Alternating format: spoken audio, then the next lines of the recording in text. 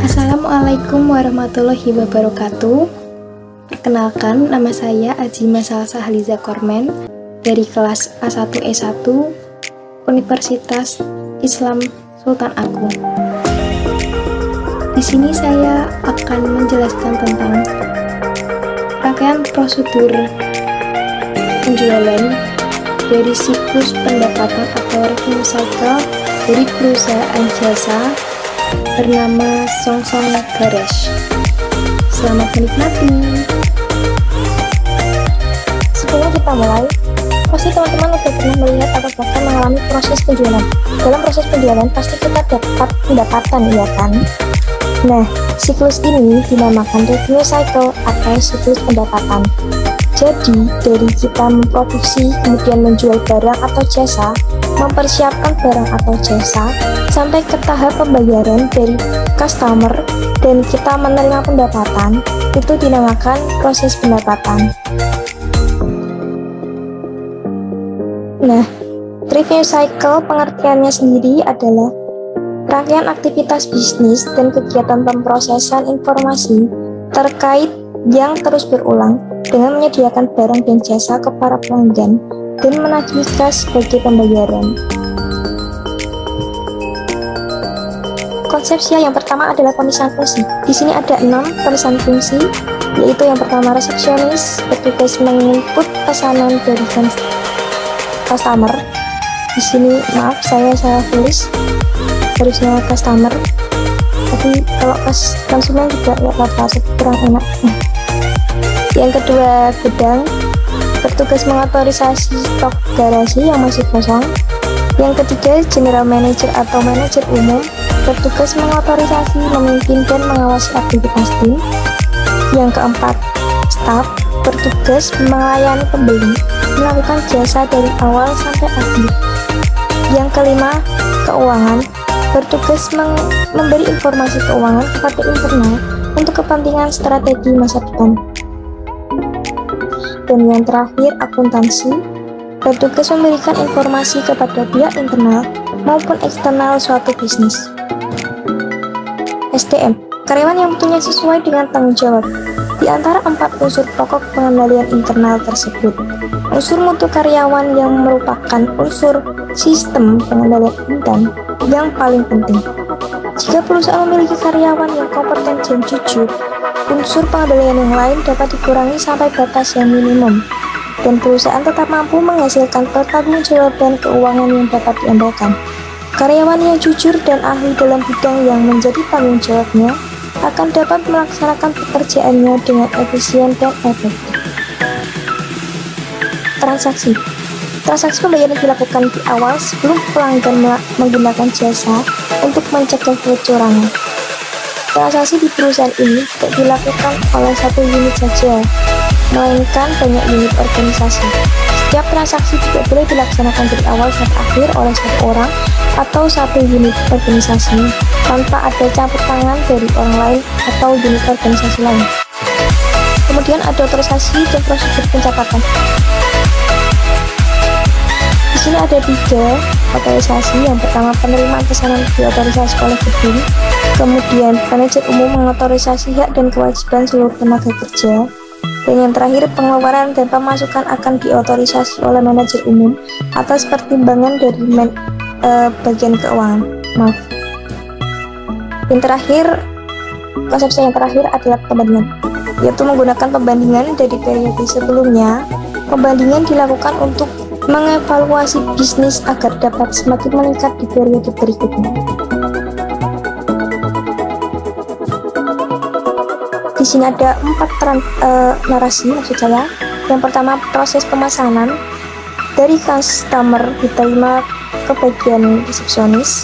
Lalu bagian resepsionis mencek ke gudang apakah penuh atau tidak. Gudang atau garasi ya maksud saya. Di sini saya salah tulis lagi, maaf banget. Lalu yang terakhir sampaikan ke customer. Kemudian yang kedua, otorisasi. Bagian resepsionis membuat rental receipt yang kemudian diotorisasi oleh manajer umum. Yang ketiga, persiapan garasi. Bagian gudang atau garasi menyiapkan garasi yang nantinya akan dipinjam atau dirental oleh customer. Dan terakhir adalah proses pembayaran. Di sini customer menyerahkan kunci mobil dan bayar. Dari bagian resepsionis mengirimkan bukti bayar ke bagian keuangan, kemudian ke bagian akuntansi.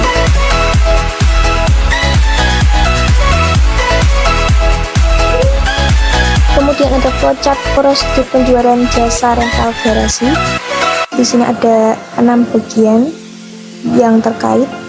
Pertama customer, kedua resepsionis, ketiga gudang atau garasi, keempat general manager atau GM, kelima keuangan, dan keenam akuntansi.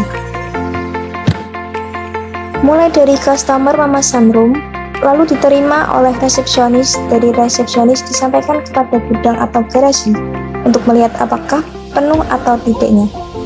Kalau tidak berarti di stop, kalau penuh berarti dilanjut. Dan ternyata roomnya ada yang kosong, berarti dilanjut. Dari gudang membuat list yang kosong di mana saja. Bagian resepsionis menerima list dan membuat receipt atau rental receipt-nya.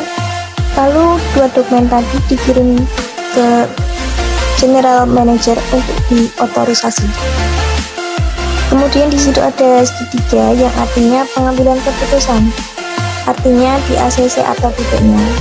Kemudian manajer umum ternyata meng-ACC. Setelah di ACC, 2 dokumen ACC tadi dikirim ke customer dan gudang untuk disiapkan. Customer membayar secara cash dan menyerahkan kunci. Kemudian kunci diterima oleh gudang atau garasi, lalu mobil diparkirkan dan kunci dikembalikan ke customer. Kemudian transaksi pembayaran diinput oleh bagian keuangan, lalu diteruskan ke bagian akuntansi. Siklus selesai. Lalu ada bagian IPO, prosedur penjualan. Seperti yang kita tahu, IPO sendiri kependekan dari input, proses, dan output.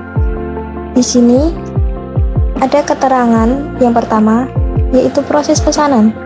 Inputnya info dari customer, prosesnya diterima bagian resepsionis, outputnya list jadwal reservasi dari customer. Kemudian cek garasi, inputnya list garasi yang kosong dan belum di booking. Prosesnya cek di gudang apakah benar masih kosong atau sudah penuh. Outputnya info ketersediaan dari pihak gudang. Kemudian kesanggupan, inputnya info ada, prosesnya dibuat rental receipt oleh bagian resepsionis, outputnya rental receipt. Keterangan yang kedua, otorisasi, inputnya rental receipt, prosesnya dicek oleh manajer umum, outputnya ACC reservasi dari customer. Astagfirullah, maaf saya salah tulis lagi. Yang ketiga, persiapan, inputnya rental receipt yang sudah di ACC, prosesnya menyiapkan garasi, outputnya garasi ready. Yang keempat, proses bayar, inputnya rental receipt, prosesnya bayar, outputnya bukti transaksi. Sekian yang bisa dapat saya sampaikan. Apabila ada kesalahan kata yang menyinggung perasaan, mohon dimaafkan sebesar-besarnya. Wabillahi taufiq wal hidayah. Wassalamualaikum warahmatullahi wabarakatuh.